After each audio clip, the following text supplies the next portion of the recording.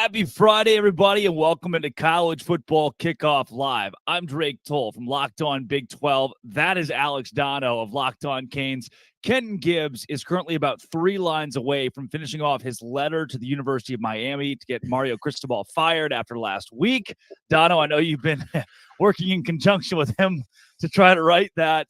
And thank you, everybody, for making this your lunchtime listen every single Friday live from 11 to noon Eastern time, wherever you find your Locked On College podcast on YouTube. Dono, we're geared up for another huge week of college football madness. And speaking of madness, I'll give you a second to address Miami kneeing it out and taking home a huge win against Georgia Tech because I only watched the ESPN highlights. Well, okay. Miami has been a meme, and rightfully so, for the past 6 days. I'm not on board with that being a fireable offense. It's all going to depend on where things go from here. But I will say that was arguably the worst coaching blunder I've ever seen from any Miami head coach in my, almost 38 year. I mean, I'm 39 years old. However many 35 years I've been watching the program, haven't seen anything like that. Was completely avoidable. With that said, Miami not only do the Hurricanes need to bounce back from what was a catastrophic decision or indecision by Mario Cristobal not to take the knee and run it out, they're taking on a really tough 12th-ranked North Carolina Tar Heels undefeated team on the road tomorrow. So this is one of those fork-in-the-road gut check situations, Drake, where everyone's wondering, did the tragedy of last weekend, is that going to cause Miami to spiral, or is it going to make the team stronger? Are they going to respond positively from that? Obviously I cover the Hurricanes day to day. Coaches and players have said all the right things over the past, 5 days in terms of putting it behind them, having good days in practice, but we're not really going to know until we see it take place. And it was a travesty from many different angles, Drake. Obviously, the lasting image and the biggest mistake was Mario Cristobal calling for Don Chaney to get the handoff there. At the same time, I didn't actually think it was a fumble. I think that was karma, not a fumble, that caused that turnover, because I do think his elbow was down. Not that it takes away from the terrible decision that Cristobal made. Not to mention your defense, who had been playing lights out all game, still had to collapse on those final 3 plays and allow Georgia Tech to score a game-winning touchdown with 30 seconds left, which was almost unthinkable with how good Miami's defense had played to that point. Not to mention, the reason why the game was that close to begin with was because Miami's offense didn't really show up in that game. They were favored to win that game by 19.5, 20 points. It shouldn't have even been that close. Donald, I can tell you're very, very passionate on this topic, as you should be. And that was the wildest moment of last week. Now, this week, you get top 25 matchups like UCLA, Oregon State, Miami, North Carolina, USC, and Notre Dame. And Oregon, Washington. When you look at the madness beginning already, you had West Virginia knock off Houston with 12 seconds to go on a 50-yard touchdown, just for Houston to score a 50-yard Hail Mary. And that's how we started our week. But at the top of this whole thing, Georgia sits with so many question marks. They tried to answer this past week with a massive win against Kentucky. But then there's still like a Penn State, Michigan, Ohio State making a case to be at the top of college football. One of our producers was just, looking around the college channel, scroll across Locked On Big Ten and Craig Sheeman, and heard some pretty interesting stuff. Should Michigan actually be ranked number 1 instead of Georgia? I think they should be. And frankly, I could make a case for Ohio State and maybe even Penn State should be ranked higher than the Georgia Bulldogs. Yeah, that's right, Bulldog fan. I said it. Yeah, as we welcome Kenton Gibbs back into the fold today, who also is very passionate about coaching decisions. Guys, Georgia is in a spot here that they've silenced a lot of the haters, a lot of the doubters of this big Kentucky win. But Dono, now Craig Sheeman believes that there are not just 3 Big Ten teams that are better than the Bulldogs. I don't know if I'd go 3, but I can definitely make a case that Michigan should be number 1 and Georgia should not be. Then you could argue, should Georgia be number 2, number 3? But folks, the reason why Georgia's number 1, it's not a mystery. It's based on history. It's based on what they've done for the past couple of years. It's based on the recruiting classes that they put together, based on being 2-time defending national champion winners and being essentially unbeatable for the last couple of seasons. So if you were to actually remove any preseason bias from it, and of course the AP rankings start preseason, if you just strictly look at what's happened on the field this year, I believe the Michigan Wolverines should be the number one team in the country. They're the only team in college football to win all 6 of their games so far by at least 24 points. They've allowed 10 points or fewer in all 6 of the games that they've played so far. That's been the best team in college football. I mean, Georgia is holding on to that spot based on what they did the last couple of years and what they've done off the field heading into this year. Michigan, to me, that's the number one team in America. Yeah, Kent, where do you fall here? I agree. Michigan is insane. That team is just different right now. It's almost like you have to find a chink in the armor when you're talking about Michigan to say, like, all right, this is where they struggle, or this is where you can exploit them. Because let's be honest, where do you exploit them? Oh, they can't throw the ball deep. Who said that? Who's watched the games that would say that? Oh, they can't run the ball. Yeah, the team that won the Runyon Award a few years ago for the best offensive line as a group. I believe that's the name of the award. I could be wrong. But whatever the name of the award is for the best offensive line, they won that last year. And they bring back a lot of guys and a lot of talent there. This is a team that defensively, we just talked about, have allowed how many points? Less than how many per game? Like, what are we doing here? That team has not been good. They've been dominant. Nobody's been close. Nobody's really had a moment to say Michigan has had their chin tested.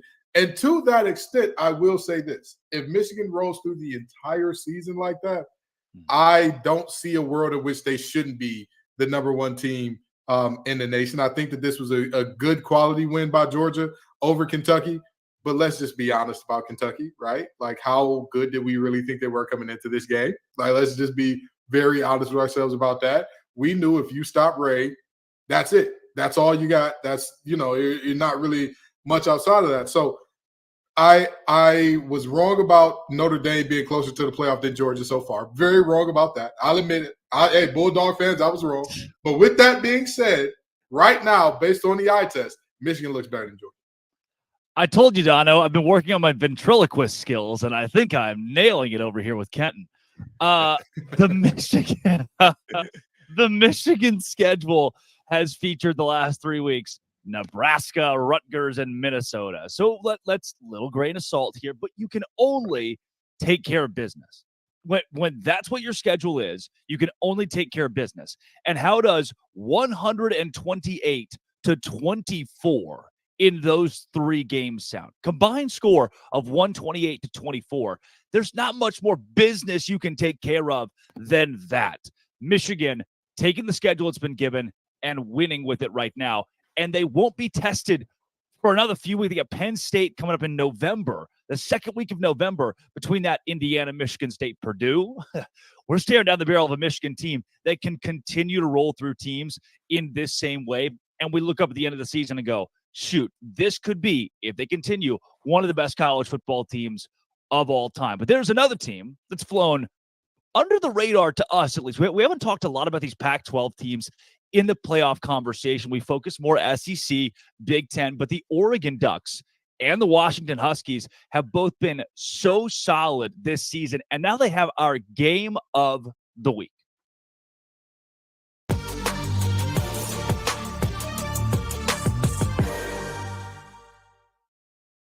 Spencer McLaughlin set to join us here in a second with Locked On Ducks and Locked On Pac-12. But we talk about dominance so far, Dono, in that conversation squarely the Washington Huskies. Yeah, Washington's been incredible. Michael Penix Jr. has been, arguably the best quarterback in the country so far. Washington won that game by 3 points last season. This time they're favored by 3 at home. I think Vegas and our friends at FanDuel know what they're doing when they come up with these lines, because I am expecting it to be a close game.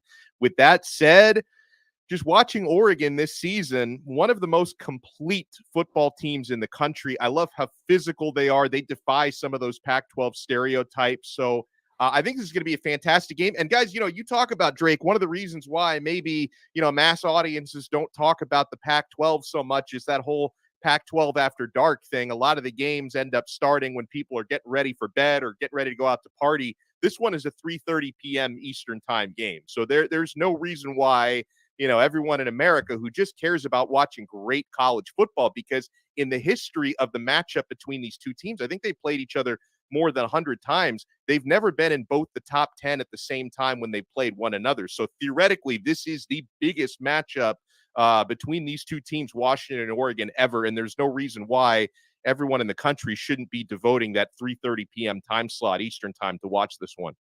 Ken, question for you, as somebody who played the game at the collegiate level, it feels like to me as an analyst and a fan, we get to about this point and there's a 2-week lull. There's we've had a lot of college football. We're waiting for that Michigan, Penn State, some kind of big rivalry to jolt things back up. And people will overlook, despite College Game Day being there, a Washington and Oregon. Do you feel that way? Are you getting that sense? First thing first, I'm a dummy that's being controlled from the top string. So just to let you know, Drake does not have his arm anywhere that it shouldn't be. But now, moving forward from there, very seriously, I absolutely think this game is being overlooked, because this game not only has Pac-12 implications, this game has national championship implications. But let's take it a step further. This game has implications in terms of how these teams are viewed when realignment hits. Both of these teams are going to the Big Ten, right? But there's going to be a certain amount of cachet that one of these teams walks in with. Everybody knows Oregon as the university of 50,000 jersey combinations. Everybody knows Oregon as the team with all of the amenities and all of the facilities and all of the things you can imagine. When you look at Washington, people don't know much. There isn't much to be said. And I'll tell you what, neither one of those teams want to go into the Big Ten with that as their thing. Oregon doesn't want to go into the Big Ten as the team is, you're flashy, you're a flash in the pan, you're Phil Knight's boys, but that's it. Washington doesn't want to go in with, who are the Huskies? Who are these guys? What city do they even play in? Nobody wants to go in as the no-name or the guys that are just cutesy-wootsy out west doing their fun thing up there in the Pacific Northwest. Nobody wants that. So this game is important for those teams' reputations in that manner. And, of course, the playoff implications are massive, because what if this game is close and both of these teams run the table, and then whoever loses this game ends up winning in the conference championship if they don't have divisions? I could be wrong about the Pac-12 having divisions where they're both in the North or something like that. But if these teams, if they don't have divisions, which do they? Am I off base there? Does the Pac-12 have divisions? Yes. Okay, so they can't play again in the championship. My bad.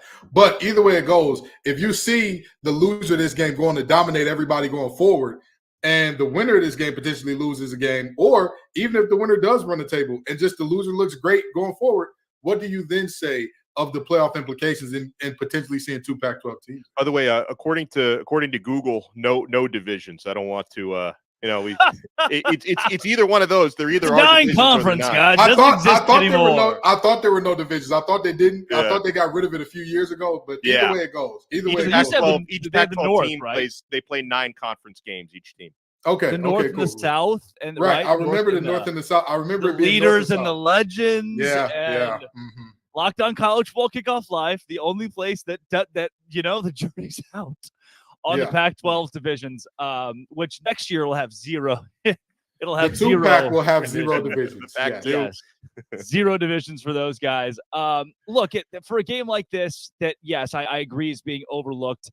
If you win this game, and Ken, I think you touched on this, even if this game is close, we start to have the conversation of what are the playoff implications for these two teams and whoever wins the Pac-12. If you're Oregon, right, and you go on the road and you beat Washington, the rest of the way at Utah is tough.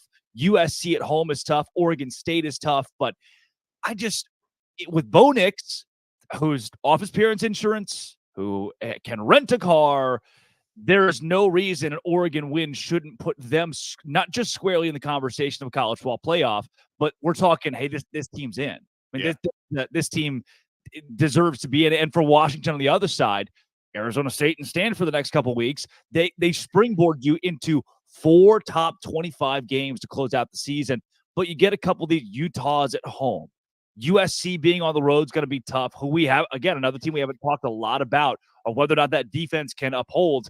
I think Washington and Oregon, Dono, both have better defenses than USC, and that in the end is going to keep the Trojans out of the college football playoff.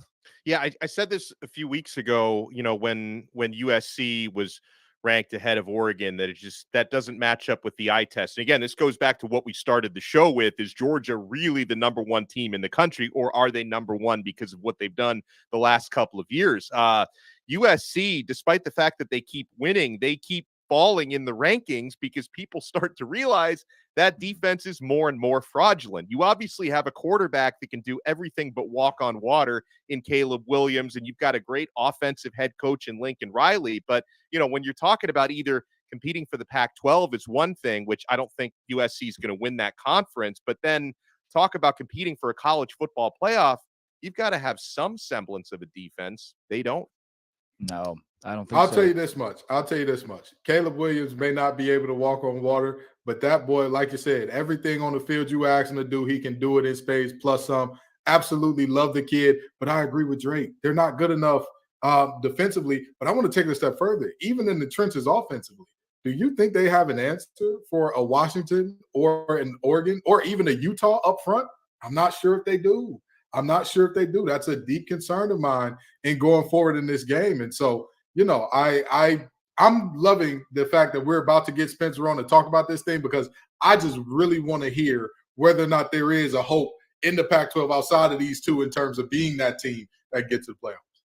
Coming up next, you've had these three talking heads talking about it. Spencer McLaughlin of Locked On Ducks, Locked On Pac-12 will join the show. But first, Dono.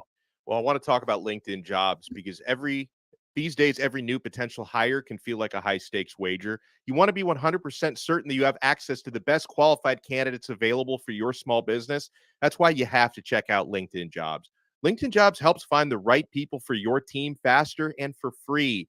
You add your job with the purple #hiring frame to your LinkedIn profile and spread the word that you're hiring. People will see it, believe me. Simple tools like screening questions make it easy to focus on candidates with just the right skills and experience so you can quickly prioritize who you'd like to interview and hire.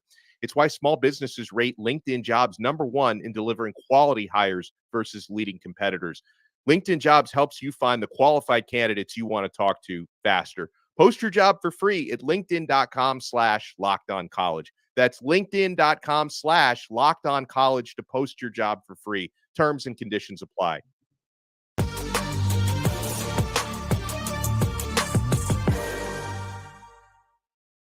Spencer McLaughlin joining the show from Locked On Ducks and Locked On Pac-12. Spencer, from a holistic standpoint, before we talk just Oregon, this to me feels like this is the last great game of the Pac-12. Every week where you get two top 10 teams matching up in this conference, it's huge for a league that's giving one last middle finger to all of college football. That's one way to put it. I think it's the one last middle finger to Pac-12 fans when you look at the entertainment value this conference is providing for everyone, and that it is just completely dissolving after this season. I mean, you've got 3 top 25 matchups across the Pac-12 this week. You have USC and Notre Dame, which is honestly the third most interesting game in the conference this week, legitimately, because Oregon State and UCLA, the loser is probably in all likelihood out of the Pac-12 championship hunt and therefore the college football playoff as well. And I think UCLA and Oregon State, in the eyes of some, are kind of dark horse candidates to make a run at the CFP if they could go 12-1 and win the Pac-12 and be the first time that either have done so. But their schedules are immensely favorable, and that's why the game is so interesting. But I mean, as it pertains to Oregon and Washington, like it is an outstanding football game, and it is, I think, boosted in the interest department because of the rivalry factor. Because when you look at the implications of the actual game, it's almost identical. Everything about this game, frankly, is identical to Red River last week at the Cotton Bowl. You've got big time rivals who are going to a new conference together after this season. They're big television draws in their conferences. You have undefeated teams. You have 2 teams whose combined ranking is 15, by the way. You have 7 and 8 this week. You had 12 and 3 last week. It's a spirited rivalry. It always has been and always will be, even in the new conference. And then the winner is in a great spot to get to the conference championship game, and also the college football playoff and will control their own destiny to get there. But the loser is by no means completely out of that conversation. I don't think anyone's looking at Texas and saying, well, they're not winning the Big 12 now. They could never beat Oklahoma. Like, of course they could beat Oklahoma. They just didn't. And the same goes for Oklahoma if they lost the game. Like, If Dylan Gabriel throws an interception on that last drive, nobody looks at it and says, oh, well, Oklahoma can't win. They can't do this, that, and the other thing. No, they can. They just didn't on that particular day. Like, this is a coin flip game. This is a sort of game that is going to, really provide an extra level of bragging rights for whichever side wins because of the stakes. Like, they are so big. It's the highest ranked matchup in the history of Oregon and Washington. So it's going to be a massive game. Game day is going to be there in Seattle. Like, the stage is set for everything to be as big as it can possibly be. You know what? I know that Spencer ankles hurt from standing on so much Pac-12 business. I'm proud of you. I'm proud of, because I'm going to tell you, this is a dissolving conference and you still there battling it out every week. But let's talk about the kind of other guys for a second here, right? So you talk about this game is not really an elimination game so much as it is a propel a team forward game. In looking at the guys outside of this game, who would you say, hey, they have a great shot to make the playoff, even though, whichever team wins this game is obviously in the driver's seat, this team is in the passenger seat and gunning? Yeah, you can make the case for several schools. Oregon State and UCLA are dark horses for sure. I don't know if they've got the teams that are, good enough to get to the playoff. Oregon State's defense has posed questions this year to Cal and Washington State on the road. They allowed 39.5 points a game, 38 to Washington State and then 40 to Cal. Now those are my California Golden Bears, of course, but you shouldn't be allowing 40 points to Cal. So that certainly is raising some questions, especially with Oregon and Washington on their schedule. For UCLA, the defense is there. I mean, it's the best defense I think I've ever seen a Chip Kelly team have. That includes his days back at Oregon in the early 2010s. Like, they had some sneaky good defensive units. They didn't have a front four like this. Like the Murphy brothers and Latu, those are all NFL draft picks in the early rounds. Latu probably a top 10, 15 pick. He is outstanding. But for UCLA, the questions come offensively, which is a weird thing to say about Chip Kelly's team. But my concern with them coming into the year was, what are you going to get at the quarterback position? What are you going to get there? Who's starting? What are we doing in the best quarterback conference in America? So I think those teams have questions. Washington State, we saw the inconsistency against UCLA. I think their defense is good. I think their offense is overall good with Cam Ward, who's great, but the offensive line is just not. The offensive line was absolutely dominated. And look, UCLA's front four is good. Absolutely. But you got to be able to put up a better fight than what they did. They couldn't run the football. They couldn't protect Cam Ward, couldn't get him into a rhythm. So I think those teams all have concerns. And then you come to USC, and technically speaking, any of these teams are alive for the playoff because they only have one loss.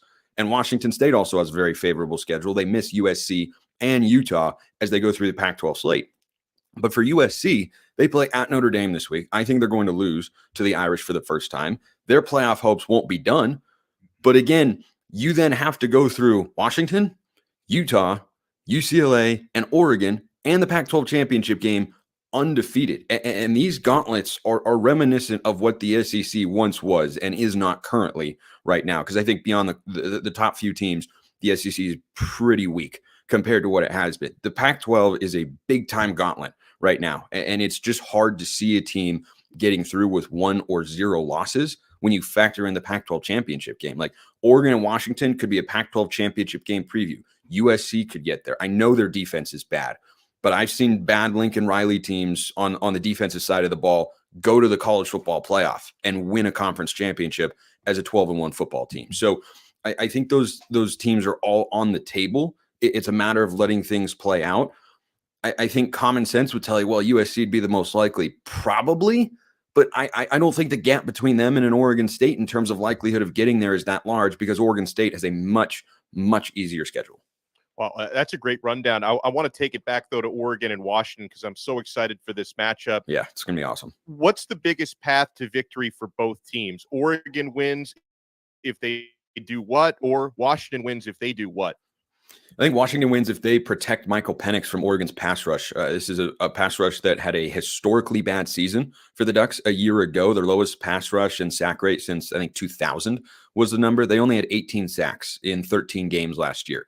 They have 18 sacks through 5 games this year. So they have revamped their defensive line. They are more physical up front. I think they are faster on the back end, which was a big problem last year against Washington, who beat them for 2 long touchdowns in the second half, going after the same player, Bennett Williams, who is no longer on the team. Instead, his brother Evan is there, who's a faster player. And look, you could still get beat over the top, but it doesn't seem like the same guy is going to get beat twice because of, you know, what appears to be a lack of speed. So I think that Oregon's defense is much improved here, but Michael Penix is just so good. Like 75% completion this year, over 400 yards a game. He's just awesome. His receiving core is insane. I think there's a case it's better than Ohio State's.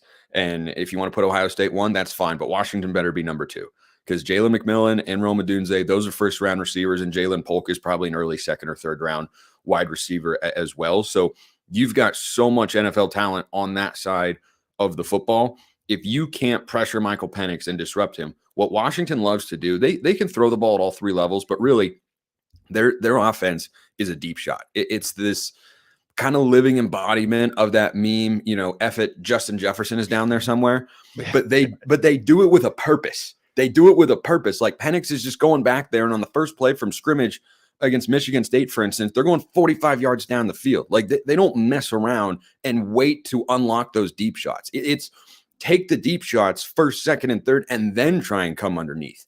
But those plays have to have time to develop, and that's where Oregon struggled a year ago. They did not sack Michael Penix at Autzen Stadium. He went for over 400 yards passing in a place that is usually a pretty tough one to win, and Washington pulled it out to their credit. So I think Washington wins if they protect Michael Penix. I think Oregon wins if they're able to continue to have success running the football the way they did a year ago in this game. They went for over 300 rushing yards and still found a way to lose, which I'm still upset about. But you know what? Hopefully I get over it pretty quickly come Saturday afternoon. But I think if Oregon protects the football and gets off to a good start, they'll win the game, because this is a Husky crowd that is going to be absolutely positively on fire. Everybody is so well aware of what the stakes are, the rivalry, the history, the implications for the CFP and the Pac-12. It's all there. It's all on the line. And the only thing I think a crowd loves more than a touchdown is a turnover. And if you let them get into it early, and if you give them big momentum swings with turnovers, and Washington's defense has forced more than a few this year, I think that puts the Ducks at a serious disadvantage. They've got to be able to start strong and protect the football, and they've protected the football very well this year. In their 2 road games, they've gone off to sluggish starts, and that's what has me concerned for the Ducks. Spencer McLaughlin, Locked On Pac-12 and Locked On Ducks. By the way, the Pac-12 has no divisions. Just wanted to tell you. That's Didn't correct. know if you were positive about that, but we are all very sure here. Pac-12 does not have divisions. It sounds like I missed something. You did not. Nothing. You missed nothing at all. Nothing. Spencer, thanks so much for joining Locked On College Football Kickoff Live. Yeah, you're welcome.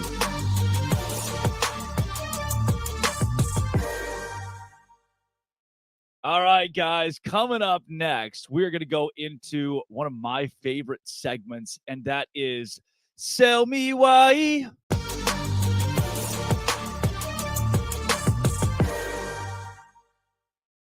Guys, the Auburn Tigers, 3-2 this season, but they are 0-2 in the SEC. They can't seem to win a game there. And this week they face LSU, who's 4-2. They're 3-1 in conference, 22nd in the country. Auburn's on the road. This is Baton Rouge, guys. There's just no way. This Auburn Tiger team that's reeling, where they're talking about firing the coach. There's so much about Auburn that we got to figure out down the stretch here. Can the Tigers keep it close? Zach Blackerby, our Locked On Auburn host, is here to sell us why. The Auburn Tigers can absolutely cover this 11.5-point spread on the road against LSU. I'm Zach Blackerby, host of Locked On Auburn. LSU's offense is getting a ton of attention, and rightfully so. Jaden Daniels, I think, should be the front runner for the Heisman right now. But LSU's defense is really bad, and everybody's looking over this one stat. LSU is the second worst team in the SEC when it comes to allowing opponents' average yards per drive. It's over 6 plays per drive that they're allowing over the course of the season. How is Auburn going to win this game, or how is Auburn going to cover this 11.5 points? They keep LSU's offense off the field. Auburn has one of the best rushing offenses in the SEC. They ran the ball very well against Georgia the last time they took the field. Long drives for the Tigers. I'm not saying they win, but that 11.5-point spread, it's looking pretty good. Yeah, Kenton, 11.5 is a lot, but it's a night game, LSU at home. I think you're a maniac if you touch this game. Here's the deal, right? Auburn can run the ball. LSU has struggled defensively, and of course, Brian Kelly is going to blame it on inexperience, which is going to lead to a lot of finger pointing in the locker room. No, it's your fault. It's your fault. It's your fault. Auburn has not done anything this season to make me think like, hey, this is a scary team. This is a team that can challenge. This is a team that can push. With that in mind, if Jaden Daniels has his way and the defense comes up with an opportunistic stop here and there, I believe that they firmly cover this 11.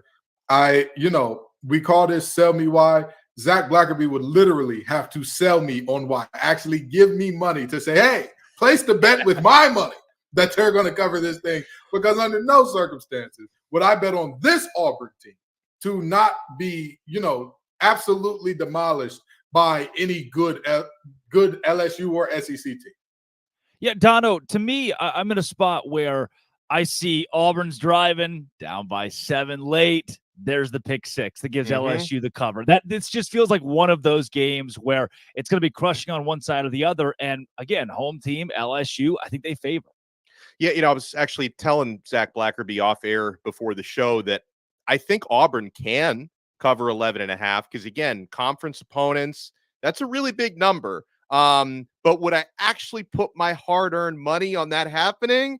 I have to take a step back, and I probably do sit this one out. If anything, how this plays out with the spread. I think LSU could win a close game, or they could win a not-so-close game. I find it hard to believe that Auburn wins the game outright, but how it plays out with the spread might just depend on whose weakness is a bigger weakness in this game, because a matchup to look for, Auburn has the 119th ranked passing offense in the country. Out of 130. Yeah, that's really bad. But then LSU has the 119th ranked passing defense in the country. So something's got to give here, right? Maybe there's a chance Auburn can actually throw the ball around the yard a little bit. But listen, he came close to selling me why. Just as a matter of principle, I would usually bet the underdog to cover a double-digit spread in a conference game, but I'm probably going to sit this one out. How about we stay in the SEC with the Kentucky Wildcats, who are 5-1, sitting second in the East behind the Georgia Bulldogs, who are number 1 in the country and beat the ever-loving heck out of them last week. This week, they get another SEC opponent, but it's Missouri, a little bit easier than Georgia. Can Kentucky cover the FanDuel spread in this one? Here's Locked On Kentucky host Lance Daw to sell us why. Kentucky football is favored by 2.5 points this weekend against the Missouri Tigers, and there are a couple of reasons why Mark Stoops and co. should cover this weekend. The first, obviously, being the fact that this one is in Lexington. I would like to see Kentucky continue their trend of beating Missouri in Lexington, as they have over the past few seasons. I think that the crowd will definitely be into this one. After a disappointing loss to Georgia, things are going to get right back on track this weekend against the Missouri Tigers. And then the second is Kentucky's ball control offense. The Wildcats are one of the slowest teams in the SEC when it comes to pace of play on the offensive side of the ball. I think that they are going to use that to their advantage, keep Missouri's talented skill position players on the sideline, and they are going to utilize Ray Davis to get themselves a win and cover the spread this weekend against Eli Drinkwitz and the Tigers. Look, guys, Missouri is a much scarier team than we expected them to be. Now, Kentucky at home. This is a night game, but nobody's ever warned you about Lexington at night. Kenton, though, I don't know. I don't know. I mean, Missouri, as much as I've wanted to doubt them this year, they've ended up being pretty good. I know y'all know what I'm going to say. This is a Eli Drinkwitz stand account. You understand me? You love Eli. We are you riding. Love Drink. I am riding with the drink everywhere, okay? Me and Coach Drink, we locked in. We on one accord in this thing, all right? I'll tell you what. In the words of T-Pain, I'm going to buy you a drink and then sell you why. Because I've got the Missouri Tigers getting it done by at least 3 in this game. Because, I mean, don't get me wrong. The demoralizing effect of that last game on Kentucky, 1 loss turns into 2. And that 2 loss is not going to be a good one because it's not. This is not a situation where I feel like that team walked into that game against Georgia saying, hey, we may get our heads beat in, but we're just going, next week and we'll keep it moving. That was a team that was expecting to at least keep it close and at least pinch the Bulldogs, and it didn't happen. It just did not happen whatsoever. So with that being said, I think that this is a game where, again, Missouri, you talk about ball control and all that. They've got one of the best rushers in the league. What are we doing here? Like they can control the ball just as well, and they've got a defense that at times they do look shaky, but they got guys like Johnny Walker and company that come along at just the right moment, make just the right play when you need it. I got Missouri covered. Yeah, Dono, I'm looking at a Missouri team that had a lead against LSU. LSU scores 22 in the fourth and wins it. A Kentucky team that got killed. Two very different mentalities coming into this one. Yeah, for me, Kentucky's been very good in Lexington. I'm gonna go against Kenton on this one. The home field advantage is a big one for me. I usually think that's worth about 3 points still in college football. They're only favored by 2.5. I see Kentucky winning a close game. Plus, I know I say this, guys, when it comes to betting, I try to take my emotion out of it, but the one emotion I have trouble taking out of it is pettiness. Because I was counting on Mizzou to cover against LSU last week, and they were able to find the most annoying way possible not to do that, giving up 22 points in the fourth quarter. So I'm just, if it were in Missouri, I'd probably go the other way. But Kentucky's been good at home. I'm going to go Kentucky and Lexington to cover -2.5, win the game by 3 points. Yeah, I think that Missouri's got the edge at quarterback by such a dramatic amount that gives the Tigers a really good shot to win this week. And Schrader's certainly good enough at running back that he can pull this team to a victory. I'm gonna go with the upset. I like Missouri to walk. I'm with you, Ken. I like Missouri to walk into Lexington and get the win. Now, the 19th ranked Tennessee Volunteers, they enter the week at 4-1. Their one loss came at the hands of the Florida Gators. This week, they enter as big FanDuel favorites against the Texas A&M Aggies. This is such an intriguing matchup to me. Can the Vols run away from the conference rival in the Ags? Here to tell us why, Locked On Vols host Eric Kane. So what do I think Tennessee covers the 3 points against Texas A&M tomorrow, 3:30, CBS game of the week in Neyland Stadium? Well, try this on for size. It's been since 2021 that Jimbo Fisher and the Aggies have won a true road football game. Yeah, 2021 Missouri, okay? Jimbo Fisher's record against teams ranked inside the top 25 on the road as a head football coach is not very good. Meanwhile, Tennessee's won 12 straight games at Neyland Stadium. Sure, every Saturday is different, okay? Every team is different. I get all that. But Tennessee, if you look at the trends here, it bodes well for Tennessee. Also, you're going to get man-to-man, one-on-one coverage, and there will be some shots taken down the field. And after seeing what Jalen Milroe did at that Aggie secondary a week ago, I mean, Joe Milton's not been great, but hey, I think Joe Milton's good enough to hit a couple big plays because it's going to be tough sledding trying to run against that Aggie defense. So trends say pick Tennessee. The road record for Jimbo Fisher says pick Tennessee. The way Tennessee bounced back against South Carolina, hey, playing at home, you're a good football team. So I have a whole lot of confidence that Tennessee covers the 3 points and beats Texas A&M at home, Neyland Stadium, tomorrow on CBS. Checker Neyland game of the week. So for more on Locked On Balls, tune in to Locked On Balls. I am your host, Eric Kane, and should be a good one. Looking forward to it. Tennessee John Neighbors likes the Vols this week. ESPN, 56% chance for the Vols to get it done at home. FanDuel about 3-point favorites, so a field goal separating these two. Dono, I'm going to go to you first because you mentioned the home team getting 3 points. You kind of like that spot usually. Not here, though. As charming as Kane is, I'm very bullish on Texas A&M's front seven. There are obviously causes for concern because Jimbo Fisher is a guy who has found ways to snatch defeat from the jaws of victory. But I'm going talent for talent here. I think Texas A&M is going to get it done with their physicality up front on defense. So I'm actually, this time I am going with the slight road upset. Yeah. Kenton, where do you feel? I look at this Texas A&M team and I say to myself, they're 4-2 overall, 4-2 against the spread. It's hard to say like, oh, this is just a terrible team that's going to do bad things and all that. But you know what is easy to say? If it's not a big game, Jimbo Fisher and his team will be ready. They'll show up. They'll do it the right way. The minute that light hits them, oh, man. Jimbo Fisher going to fold like a Thanksgiving plate if the food nasty. And you know what I'm talking about. If Jackson ain't hitting, you'll fold a glass plate to make sure nobody sees you. Throw that thing away. And that's what Jimbo Fisher and Texas A&M have done every time they have had a big moment, especially on the road. So with that being said, the Aggies are mincemeat, deer meat, veal, whatever you want to say, is good eating for Bazooka Joe and the Volunteers in this one. Guys, I need to get to my bust this week. I need to get to my boom or my bust. I'll give us each one boom or one bust. That's what we got time for today. But first, Dono. Well, first, folks, we got to get, there are no busts on FanDuel, only booms here. Snap into action this NFL season with FanDuel. It's America's #1 sports book because right now, new customers get $200 in bonus bets guaranteed when you place a $5 bet. That's $200 in bonus bets, win or lose. If you've been thinking about joining FanDuel, there's no better time than right now to get in on the action. The app is so easy to use. There's a wide range of betting options, including spreads, player props, over-unders, and so much more. So visit FanDuel.com/lockedon and kick off the NFL season. FanDuel, official partner of the NFL.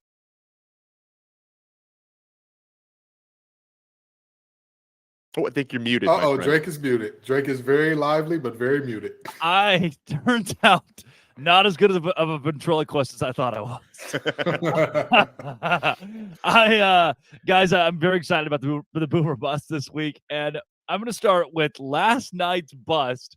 This is the West Virginia Mountaineers. Look, from the Big 12 perspective, we haven't talked a lot of Big 12 today, and there's no reason to. How many good teams are in the Big 12? 1, 2, 3, 4, none. You can count. I can count that high. The only two good teams in the Big 12 are Texas and Oklahoma, and they're not in the Big 12 anymore. So you're looking at West Virginia saying maybe there's a chance this team wreaks some havoc. And they lose to Houston. They lose to Cougar High. Cougar High, the worst team in the conference. West Virginia wins it. You think, we escaped. We escaped. 12 seconds to go. Bat it down. All you got to do is bat it down. Houston throws a Hail Mary. They win the game. And now, guys, if you look at the Big 12 standings, there's nothing. There's nothing standing between Texas and Oklahoma meeting again in the Big 12 title game in Arlington, which is the worst case scenario for this conference as those two teams leave. My bust this week is West Virginia. Neil Brown is refired. He's refired. Get the LinkedIn back up and ready to go. He thought he was going to get an extension, and he is not. I'm giving my bust to West Virginia. Kenton, do you have one boom or one bust? Oh, well, you know me. You know what I mean? In the words of De La Soul, it was just me, myself, and I going with the Oklahoma Sooners. It was me, myself, and I saying that was a good team back when y'all thought Cincinnati, the Bearcats, we're going to take them out. And now, lo and behold, they beat Texas. They beat Quinn Ewers and company. Oh, man, the Red River Shootout looks like they're the quicker draw. They're the fastest stands in the West. Look at Brent Venables. I'm not saying that Clemson needs him back. I'm not saying he ain't going back to Clemson because he's the head man in charge now, and he's leading things how he wants to. But, boy, Boomer Sooner is my boom, baby.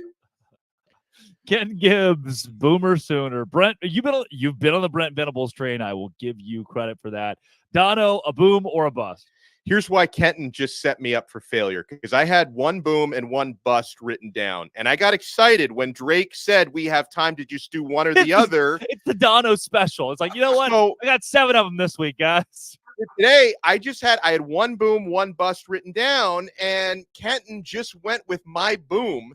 So, unfortunately, I have to go with my bust, and I didn't want to be in the position to remind people of what the team that I cover just did last weekend.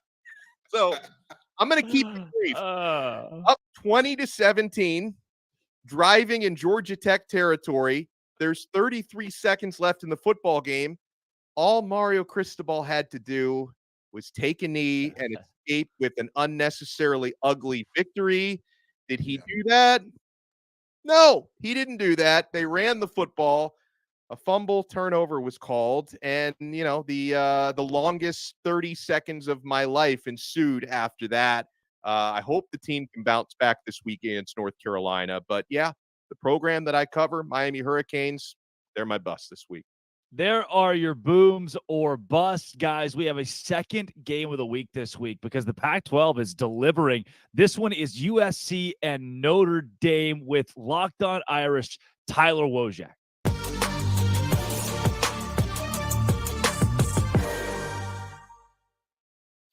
Tyler Wojak, Locked On Irish. You've got USC on the docket this week for a Notre Dame team that's really good, but the strength of schedule has certainly been there. How do you bounce back against a USC defense that many people think is fraudulent?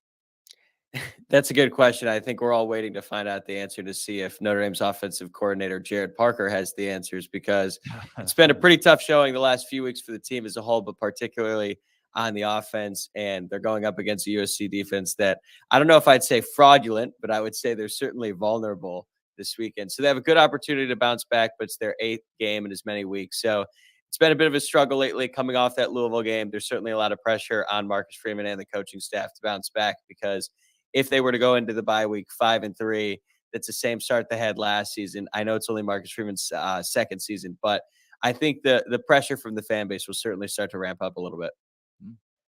You know, Woj, y'all broke my heart. Y'all broke my heart because I came into the season. My hot take for the season was that Notre Dame was going to be closer to the playoff than Georgia. And lo and behold, that playoff is near and dear. It's a distant memory at this point. But with that being said, do you think, or let me ask you this rather, what is the ceiling of this team now that it seems that the playoff is all but a foregone conclusion that's not happening?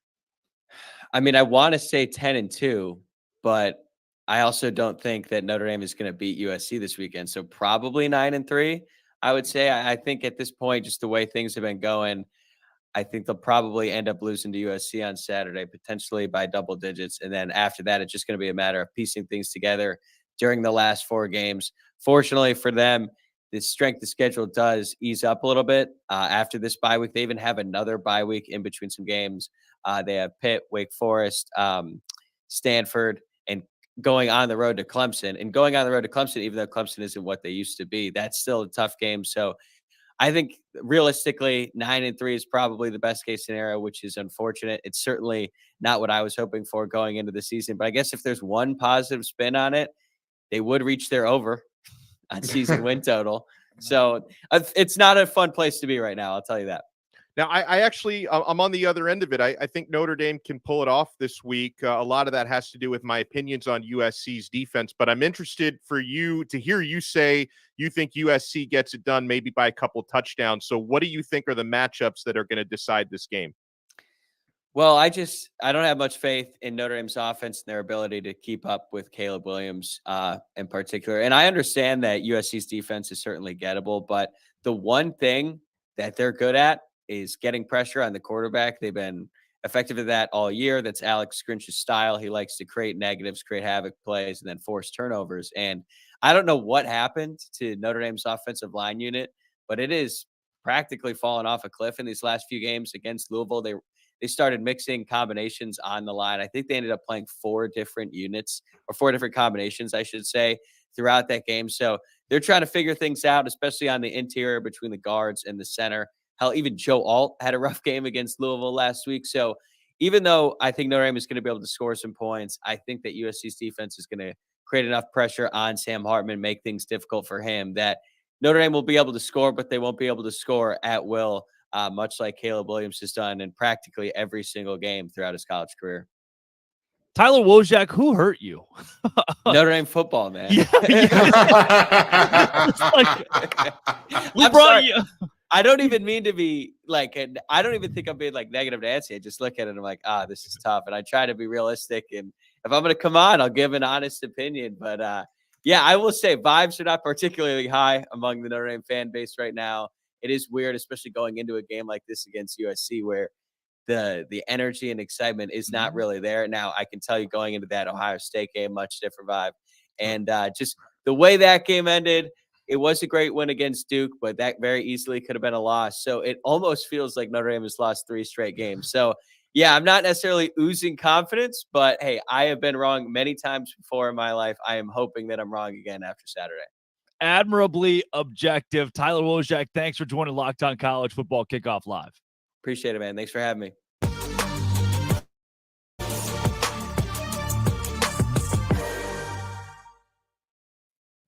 Well, folks, we got to talk about LinkedIn Jobs. If you're a small business owner, every new potential hire can feel like a high-stakes wager. You want to be 100% certain that you have access to the best qualified candidates available. That's why you have to check out LinkedIn Jobs. LinkedIn Jobs helps you find the right people for your team faster and for free. You add your job and the purple hashtag hiring frame to your LinkedIn profile to spread the word that you're hiring. Folks, I know that this works because I've been on the other side of it. I have gotten jobs through LinkedIn Jobs before. Simple tools like screening questions make it easy to focus on candidates with just the right skills and experience so you can quickly prioritize who you'd like to interview and hire. It's why small businesses rate LinkedIn Jobs #1 in delivering quality hires versus leading competitors. LinkedIn Jobs helps you find the qualified candidates you want to talk to faster. So post your job for free at linkedin.com/lockedoncollege. That's linkedin.com/lockedoncollege to post your job for free. Terms and conditions apply.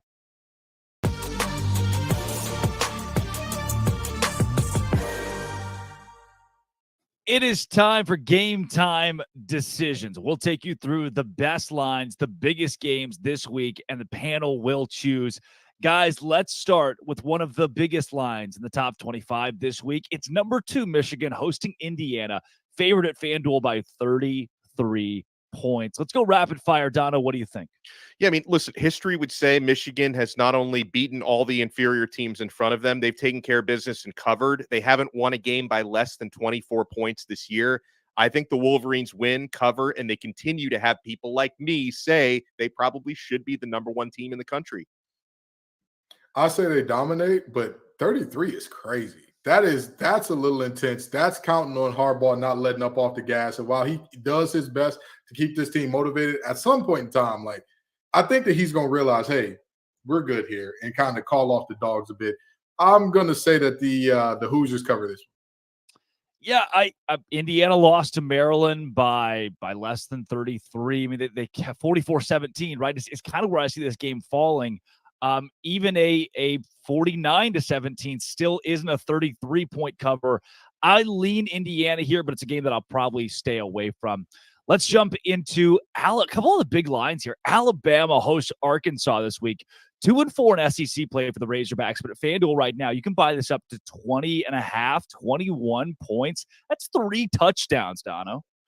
Oh, man. I guess we're starting to see more signs of Alabama's offense coming together. But to me, I'm going to say they don't cover. I'm going to say they win comfortably, just not by that many. So I'm having a hard time with this one. I'm going to say no.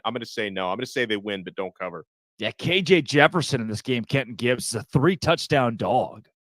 Free Jefferson till it's backwards. They got my boy locked up down there in Razorback country. With that being said, I agree with Dono. I just don't see him. 21 is a little aggressive. Yeah. And as Aubrey once said, 21, can you do something for me? No, not in this game. 21 will not do something funky for Alabama. I think, again, Alabama wins. They control this game, but this feels like a game where they're up by 20, and you know that you're not going to cover.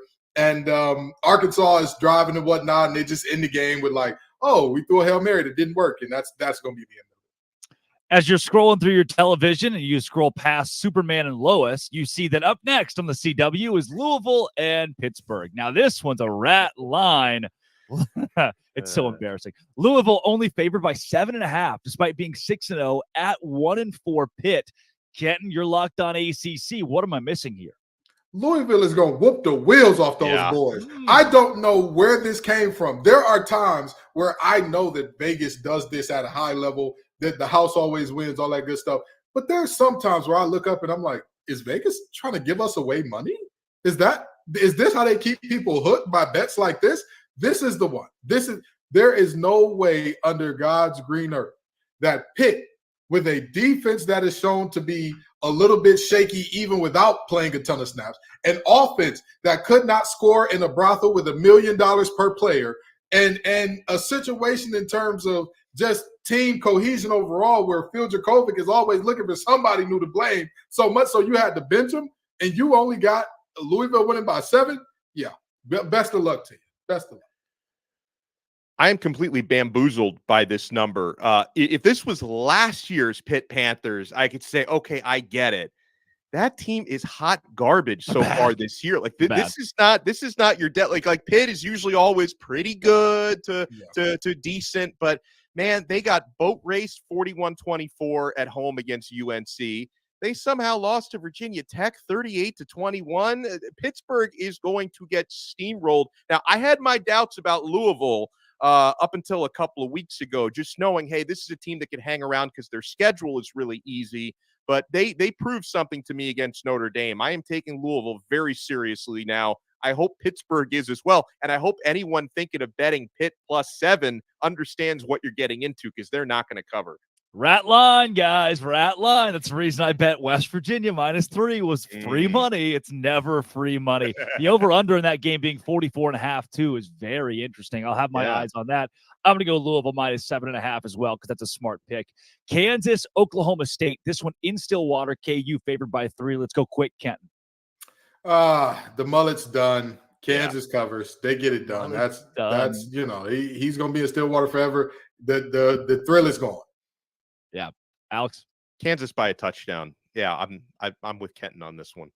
The Oklahoma State starting quarterback Alan Bowman has 2 touchdown passes all year. Kansas gets it done in Stillwater. It's not your grandma's Kansas team. Some other close lines this week.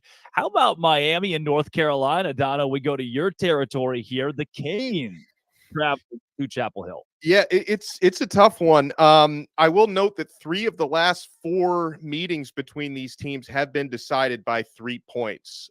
So that line being 3.5 is an interesting one to me. I do think Miami is going to have a positive response from what happened last week, because all the indications tell me they will. I think Miami has some advantages at the line of scrimmage. Their offensive line has only surrendered 5 sacks all year. North Carolina has only produced 4 sacks in their last 4 games. I think Miami can cover. I think if the number was 3, I might look differently, or at a push. I think 3.5 gives me the green light to say Miami. Kenton. Let me tell you something. Mario Cristobal got married to his wonderful wife, Jessica, in 2006. He ain't took a knee since. Congratulations. He may not need it in this game. I think that there are many problems with that North Carolina team, that they just haven't played a team that was good enough to expose those problems yet. Miami is going to be pissed off, and Mario is going to be coaching for his life, or else he's going to join LinkedIn Billy on the line of coaches that 1 loss turned into 2, and 2 turned into 3, 3 turned into 4, and then the unemployment line is for he. That's what is up against Mario right now, and I think that team is going to rally together and find a way. I'm worried the team is not very happy with Mario Cristobal. And, of course, North Carolina, Drake May, very happy with Mac Brown, who has a huge, with Taz Walker being back, a huge momentum boost.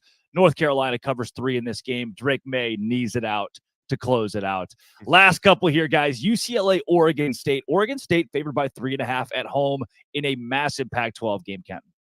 I love DJU, man. I'm so happy to see him successful in doing this thing, because I knew he was not the problem at Clemson. With that being said, I love to go against Dante Moore as well. I get to do double love here. Give me Oregon State. Oregon State's going to cover this thing. Dono, do you got the Beavs? Yeah, I'm with you 1,000%, because listen, Dante Moore, despite Kenton's propaganda, he's eventually going to be a truly great quarterback, but he's a true freshman. I give the big advantage to DJ Uyunglele and Oregon State. I think they cover. All right, last 2. NC State, Kenton, this one's for you. Travels to Duke. Duke only favored by 3.